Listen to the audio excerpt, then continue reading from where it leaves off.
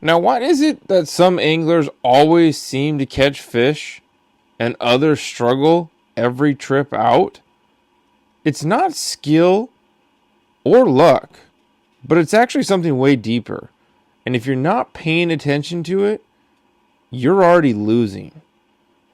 Confidence is the most powerful tool in fishing, and most people don't even realize that they're missing it. In this video, we're going to break down how important confidence is for your arsenal. Now, what does confidence in fishing actually mean? Well, I'll tell you one thing it's not. It's not just being positive. You can have a positive attitude and have no confidence at all in what you're doing. Confidence is trusting your ability and decision making while you're on the water. So really this breaks down into two categories as an angler: a confident angler and a non-confident angler. And I'll give you an example from me as an angler over the years. At 15 years old, someone just getting into steelhead fishing, I was probably one of the most non-confident fishermen out there. Okay.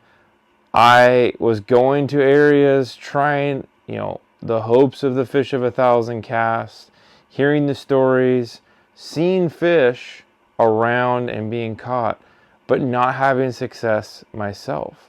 What that did to me was it made me doubt. It made me bring to the table of, am I even fishing correctly?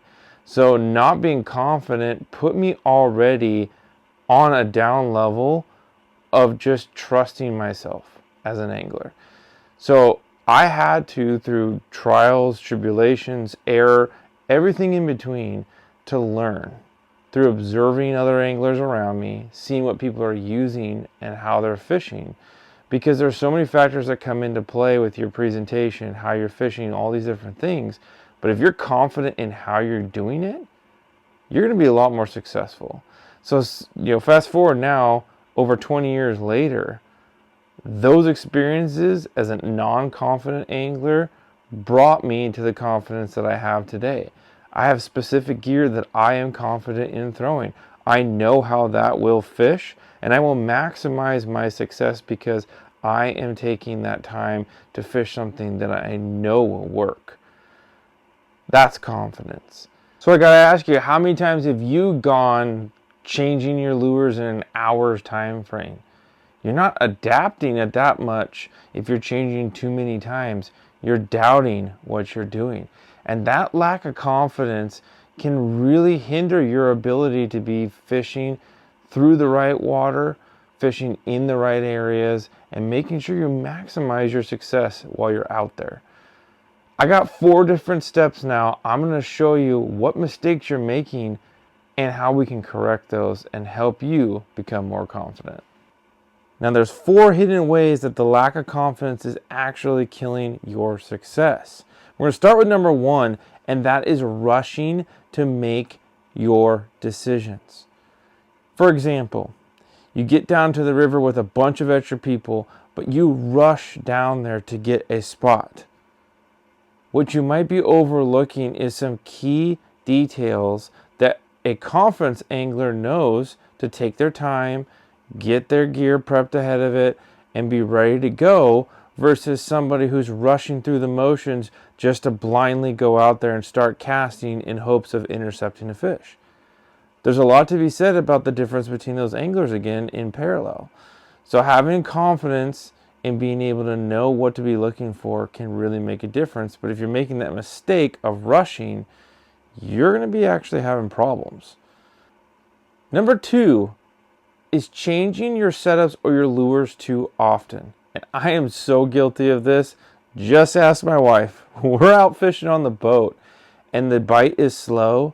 I'm the first person grabbing the tackle box to go start changing a bunch of lures and change it up. That isn't always the best thing. I know what I have on my rods catches fish.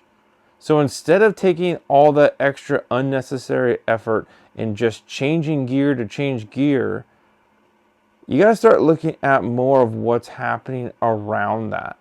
Is there outside factors that you just have to be patient for in order to make sure That setup you've already caught fish with or know it works may produce later time. So you want to make sure not to just go willy-nilly into, I got to change it up and I got to change it up, because that might actually be keeping you out of an actual bite window, but it could also be just not giving you the time to trust what you're actually fishing. So definitely guilty of that one. Number 3, how about not truly trusting the technique that you are fishing? Again, I got some of the best examples and some of my own faults. I have wanted to learn more and more techniques over the years on how to fish steelhead. I'll use steelhead as the example. Spoon fishing for steelhead. I used to always bring a separate rod to throw spoons. I would make a half dozen casts, put that rod away, because my confidence was afloat in a jig. Now what ends up happening is I never gave the opportunity for that spoon setup to really build confidence. So I was hurting myself on learning.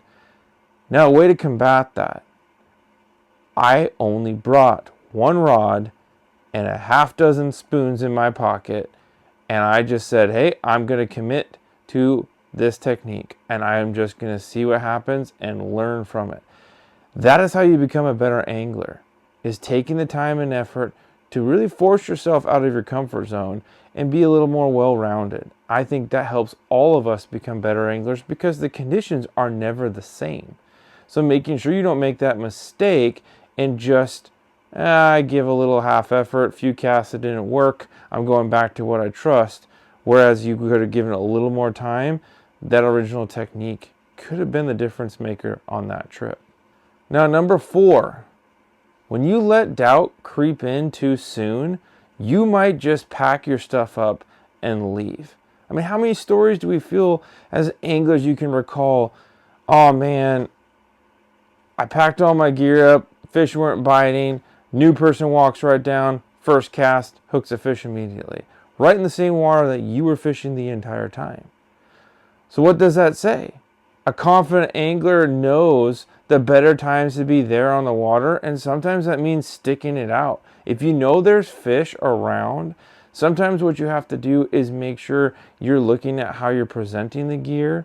It could be the time of the day, or it could be the conditions that dictate a just gut feeling and confidence in what you're doing, to know that it's time just to stake it out longer and wait for that bite to happen.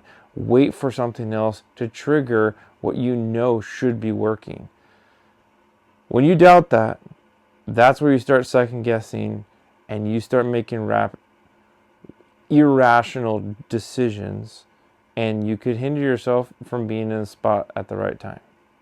Now I got 3 ways how you can build that confidence up as an angler and keep getting better every time on the water.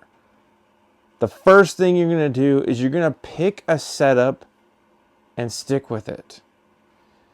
This can be some of the hardest things to do, but you will get the most out of learning when you decide, I want to learn to float fish for steelhead. It's obviously February. It's the time for steelhead fishing. You want to go learn a technique. It's best to just say, I'm going to focus on this technique. It could be going with a guide and say, hey, I want to learn float fishing ahead of time. They can show you exactly that on a whole trip and learn and build your confidence. When you start catching fish on a technique, your confidence level goes way up. So you got to just stick with it and be able to stay true to figuring out how to best learn the technique. That will help you get better as an angler. Number 2, spend more time watching versus just casting. Now this can be hard in some retrospect because not all situations allow for this, but I'll use this example. Imagine you're an angler on the bank with a group of people. If you just take an extra 5 minutes to watch what other people are doing around you, you observing that some people may be fishing, floating a jig, others are fishing beads, worms, whatever else. That extra 5 minutes of observation could help you potentially dial in a technique that may be better suited for the conditions than just blindly casting around in hopes that you're going to intercept something. Because frankly, 5 minutes of watching is going to be way better than 50 minutes of making bad casts with no plan at all. That 5 minutes could give you an observation that helps you get fish, and you would have missed it otherwise by not paying attention. Number 3, trust the process and learn each trip. I can't tell you how much I have taken this one to heart myself. Not only is it a blessing from God to get to go out on the water every time we get a chance to do so, right? I am so thankful those opportunities come along. But for me, I try and make a plan what I want to get out of the trip, right? Some trips, yes, I want to catch fish. But fishing is not just about catching. It would get pretty boring if that was all it was about. Now, I got a challenge for you. The next time you hit the water, pick one bait, one technique, and fish that with confidence and nothing else, and see what happens for you for that trip. Maybe you learn something. Maybe you bring something new to the table. And the best part, confidence is free. You get to build that without spending any money, but you get to build your virtual arsenal as an angler to be more successful out on the water.